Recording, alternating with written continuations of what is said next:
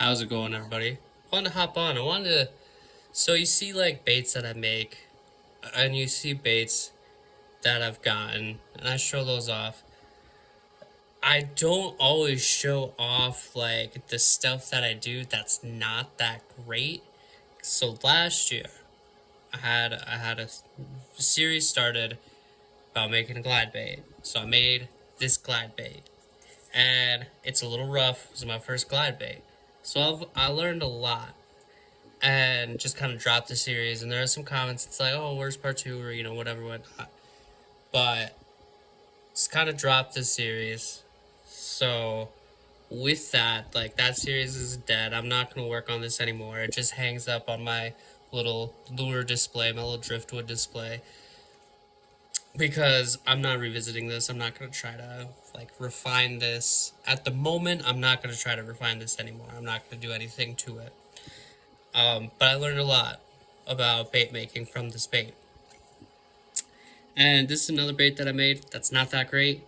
So, because of like little mistakes here and there, but it's a bait that I've learned a lot with.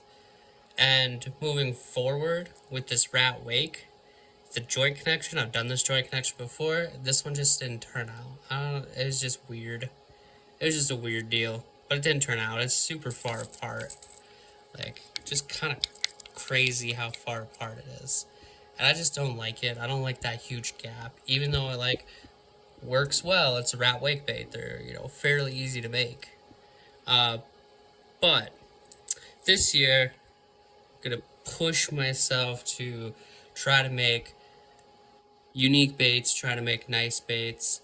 And then, honestly, I don't need to keep all these baits that I make.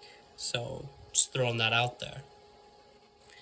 But I learned a lot with these baits that I made. And you learn a lot from doing shitty work and, pushing yourself, going outside of your comfort zone. So I'm really going to try to focus on this year.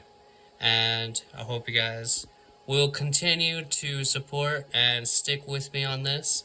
And yeah, we'll see you guys for the next episode.